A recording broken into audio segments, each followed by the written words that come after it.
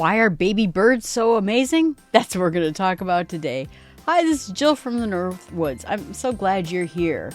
This week we're going to talk about baby birds. It started with 3 moments I had in my camping experience I had last week. I've been on vacation and going camping, and I thought, this is so amazing. Moment 1. So I'm sitting basically in my backyard. This is not camping, but my backyard. And a young downy woodpecker comes down and lands on a bird feeder pole and starts pecking on it. It's not a tree, it's a metal pole. Just committed to the whole bit, pecking away. And there's not going to be any insects in it. I thought maybe if I just try a little harder, I'll get something out of it. There's no bugs in my bird feeder pole. Moment 2 is that a young blue jay landed near me at my campsite, and suddenly we made mutual eye contact, and suddenly he lost his mind and he launched himself off the ground just like he discovered humans were a real thing. He didn't even look around, but it was hilarious because he just didn't even check first. And then moment 3 in the past week, I was out hiking with my friend while camping, and on a snag was a baby barred owl standing there, beautiful, fuzzy, because they're all fuzzy. And it was just screaming and hollering, and not your classic barred owl call, just a sustained, indignant, "Mom, Mom, bring food now, Mom." And it just stood there on the snag calling for Mom. And all 3 of these moments made me laugh out loud. Made me think about how, first of all, how does this happen? How does it happen that a bird is losing an argument with a metal pole and trying to forage a machine, a metal? And how does the screaming owl on the snag, turn this silent, composed wood into a noisy fest? These ridiculous fuzzballs become practically tuned into our survival machine. How does that happen? And that's what we're going to talk about today. The comedy and the science and the genuine wonder of young birds. So let's start off with some things that people don't know about baby birds, that they aren't all built or born the same way. So in the birding world, there are 2 fundamental strategies, and scientists call them precocial and altricial. And they're fancy words for different approaches about how birds hatch. The precocial birds are hatched ready to go. Eyes opened, their down feathers in place. They can walk, swim. They hours right after hatching. You think about ducks, goslings, killdeer, shorebirds, turkeys, chickens. A baby killdeer is essentially born as a tiny, suspicious adult. It hatches, it looks around, it decides nothing here is trustworthy, and it starts to walk. The parents still protect it and lead it to food, but the bird itself is mobile and functional almost immediately.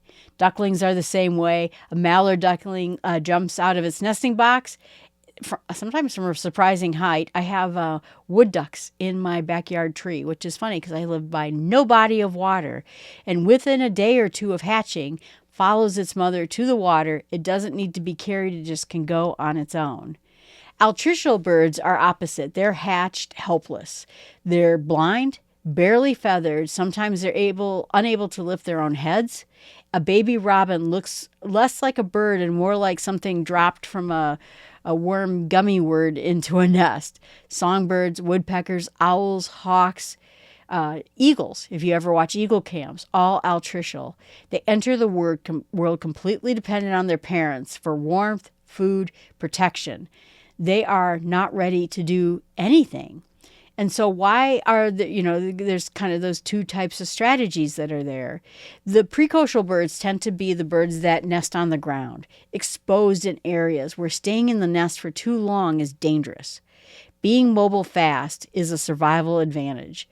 Altricial birds tend to be in nests that are more protected spots, cavities, dense trees, high platforms, snags, the giant eagle nests that you see, and so they can afford to develop more slowly under intense parental care. And so the trade-off is those birds are often more cognitively complex as adults. The extended development window allows for more learning. Think about it this way, that oh, I don't know. You think about like if you get a dog and a dog has puppies, and within a couple of weeks the dog can walk around and eat things, and not necessarily take care of itself fully, but it's okay. Babies, how many years are babies absolutely dependent on their parents? So you can see that extra development time allows for more learning. So my poor downy woodpecker is pecking at that metal pole. Is just the middle of his very important education. He just has not learned enough yet. And because the downy is a perfect illustration of a young altricial bird. Woodpeckers are fascinating because their core instinct is pecking. And it's partially instinctive and partially learned. A young woodpecker hatches with the drive to peck baked in, but the skill of knowing exactly what to peck, how hard to peck, what indicates a hollow log versus solid wood or metal, where are insects most likely to be, that takes time. And so when my downy is working on a metal pole, he's not just malfunctioning, his brain is trying to run a series of experiments based on his instincts, but he hears something maybe that sounds hollow. Does it contain insects? Is it bark? Well, this is definitely not bark. And so the pole is a data point, an incorrect data point, but a data point nonetheless. And the bird is calibrating and learning from it. Young blue jays go through their own versions. Young jays have this wonderful combination of boldness and total surprise at the world. They approach things with enormous confidence that seems really genuine, and then they almost seem shocked when things turn out to be complicated or alarming. The juvenile blue jay who locked eyes with me and then fled the moment he saw me in horror was not being cowardly. It was updating his threat model. Human, large, unpredictable. I recommend avoidance. It's useful information, and it landed with a bad choice right in front of me. But then it saw me, it filed that information, and it flew off. So young birds just have to learn the alarm calls, flock behaviors. They have to pay attention to what other alarm calls from other birds sound like. And a lot of this comes from watching the adults. The young chickadees, for example, learn to respond to the chickadee alarm call by watching the older adult birds react. The information is partially inherited, but partially absorbed from the community around them. Birds, as it turns out, they'll have a culture of their own. Regional populations develop different feeding strategies, different calls based on different situations that get passed from adults to the young. When a young bird learns in its first summer, it shapes their behavior for the rest of their lives. So let's talk about that barred owl. Owls deserve their own section because young owls go through this process of what birders call branching stage. So this is a phase where they've outgrown their nest. And you see it, you'll see it on cams. I've seen it in person where suddenly the owls are so big, not all of them can fit in the nest anymore. And mom certainly can't fit in there. She will go out on the branch as the babies stay in the nest, and eventually they just can't be there either. So they do what any reasonable creature will do, and they climb out onto a branch. They can't fly yet, but they also can't stay in the nest. So they stand on a nearby branch and scream constantly. The owl I saw the weekend was a perfect example, standing upright on a snag, fully feathered, fuzzy, looking like a real owl and making an absolute sound that you don't associate with a real owl. But it was sustained, and it was indignant hollering, demanding service, an expectation that food would be delivered through the same system that has been operating since that owl was born, on the same schedule that it always had. And it is. Honestly, that bird is the equivalent of a teenager who has graduated to the next larger bedroom, but still expects every meal to appear at the door. Parents come in, and they will come in. The parent owls continue to feed the branching young owl for weeks. They also begin the process of teaching that young owl how to hunt, bringing in prey, and gradually shifting to make that young bird work harder for it. The screaming eventually gives way to practiced fights, The practice fights usually that's with their siblings, give away to real hunting attempts.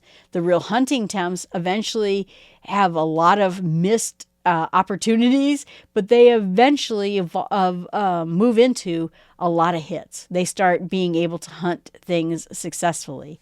And that composed, silent, terrifying owl that you see gliding through the wood at dusk was once that screaming creature on a snag calling for mom. It just takes a little while to get there.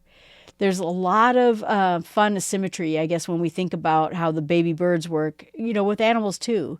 Baby mammals, bear cubs, fox kits, fawns, they tend to read as cute and they do more ridiculous things. Baby birds are just kind of a mixed bag. Actually, it was kind of funny. My friend and I, when we went birding, we had a young doe, walk up basically to us. And it looked at us and it was eating some delicious grass and it didn't have the sense to run away. Luckily, my friend and I are pretty tame. We got a very adorable selfie with this bird and then with this deer. And then we just walked away. It didn't even care that we were there. Baby animals, not that bright. And they'll learn. They'll eventually learn. Baby goldfinches are genuinely adorable. Baby owls in their full fluffy mode, very charming. Baby vultures, boy, they're baffling in general. But their parents look at them and think, yes, you're perfect. I'm going to feed you immediately. Young herons are also deeply strange. They go through a phase where they look like an unhappy collection of sticks wearing feathers. They're gangly and patchy and undignified, and you would never guess that they're eventually going to become this elegant bird, this hunter, flying motion, like still and calm through the air. I've seen them. They look a little rock and roll with their little head spikes coming up out of the nest. Fledging is not exactly graduating. We think about that this time of year as birds start to leave their nest. The moment a young bird leaves its nest, it's not the same as independence. It's a graduation, but it's more like a graduation from crawling to stumbling. A fledgling robin hopping badly across your lawn, looking lost, maybe looking a little helpless, maybe even looking injured, is probably fine. In most cases, the parents are nearby. They see the bird. They know where it's at, and so they continue to feed it and watch over it. A fledgling cannot go back to the nest. If a fledgling does leave the nest, people will rescue fledglings every year thinking that they found an abandoned bird, when in reality, they interrupted a completely normal process. Unless a bird is visibly injured or bleeding, or a cat is in the region, it's best to just do what you can to leave it alone. Move your pets inside and let the parent continue that education. The post-fledging period varies enormously by species. Some songbirds are functionally independent within a few weeks of leaving the nest. Many birds stay dependent on their parents for much longer than people realize.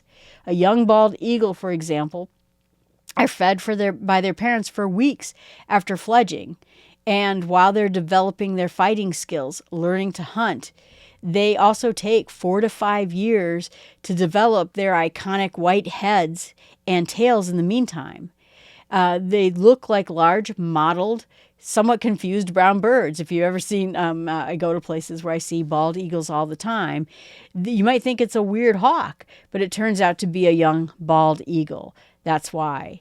There was a situation a few years ago in the Decorah, which is up in my neck of the woods, eagle cam, where it was particularly warm very early on, and the baby eagles were so annoyed by the gnats that were constantly flying around their head, they ended up trying to fly out of the nest too soon, and they didn't make it, and they went down to the ground.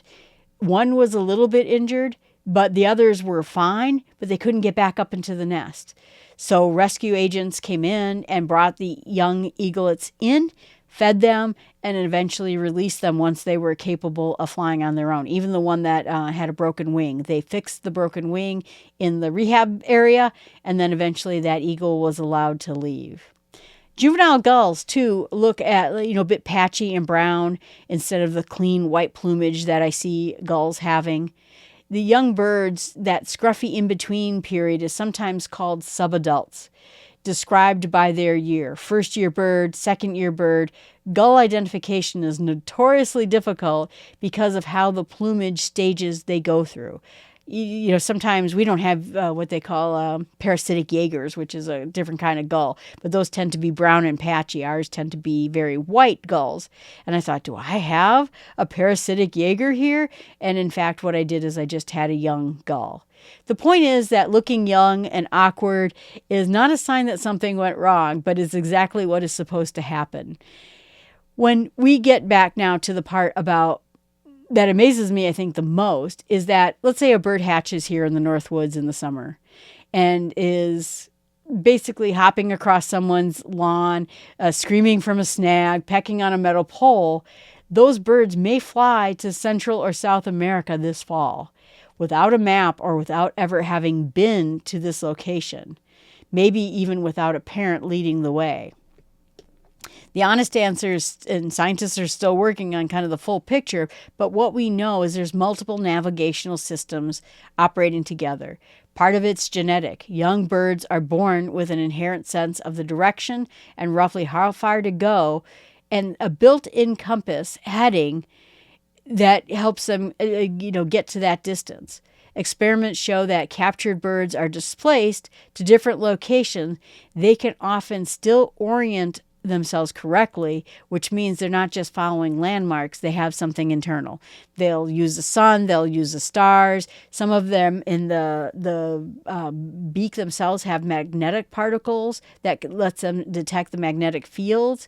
There are specialized cells in the eyes and the bills that are sensitive to magnetic orientation, and they can also use polarized light patterns in the sky. They can use landmarks such as coastlines, big things like that, but some species also learn from other bird flocks. One of the most remarkable experiments was from indigo buntings.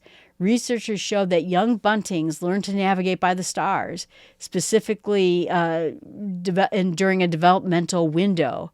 They watch the rotation of the night sky and identify certain rotations, true north, and they build an internal compass based on that. Researchers used planetariums to alter the night sky by blotting out certain stars, and they were able to shift the bird's migratory orientation. The bird doing celestial navigation with a brain smaller than a walnut before its first birthday. Young birds often make mistakes. A lot of the juveniles are more likely than adults to overshoot their destination, get blown off course by storms. We talked about that a few weeks ago, or simply end up someplace unexpected. And that's one of the weird reasons why rare bird sightings often tend to be just young birds. They're more likely to take wrong turns. And the vagrant warbler showing up someplace where it has no business to be. I talked about in the previous podcast about we had a flamingo, we had a roseate spoonbill. Well, guess what? This year we had an African stork in my neck of the woods. There's no reason why we should have an African stork here. But you know what? Young birds are silly. They end up being someplace that they're not supposed to be. And usually they find out their way home when it starts getting to be fall. We plotted when we saw the roseate spoonbill, well, should we capture it? Not us. Should we call a rescue agent to capture it and drive it home? And instead the bird just picked up and flew back home. That bird in the first year is still working out the details of the route that it has never flown before, which means that every rare bird sighting in most cases are young birds trying to make their best guess that they can. I'll end you with this with something that I find genuinely moving under all of it. Birds put enormous amount of energy into raising their young that will eventually leave and they'll not see again. The parent owl keeps showing up to feed the screaming branch owl that will eventually stop. It'll stop coming, and that young bird will take its first real flight and make its first real kill and then disappear into the woods, never to come back. The parents won't see it again, and that's what success looks like. Every adult bird that we admire was once a baby disaster. The great blue heron standing motionless, perfectness, stillness, that never once misses a fish darting, was once a silly baby that couldn't capture any fish. The red-tailed hawk that crash lands in an undignified heap was once, will someday become the elegant hawk flying through our skies. That barred owl that once stood on the snag and screamed for someone to bring it food, it's going to be its own adult someday. And the indigo bunting that didn't know its way from south to north will eventually figure it out and know exactly where to go. Instinct, practice, failure, and parenting at every turn will change that bird from where they are now into an adult. So the next time you see a young bird doing something completely ridiculous, pecking a metal pole, fleeing a harmless human, hollering on a branch in broad daylight, you know that you're watching competence being built in that bird in real time. It's one of the best shows we have in nature. I got a chance to see it last week while I'm camping, and now it's playing all over backyards and campgrounds throughout the North Woods right now. All right, everyone, thanks so much. I appreciate you being out there. Jill from the North Woods. If you have anything to say to me, you can put a comment right here. If you're listening on podcast, you can email me at jill@startwithsmallsteps.com. Love to hear from you, and I look forward to seeing you next week.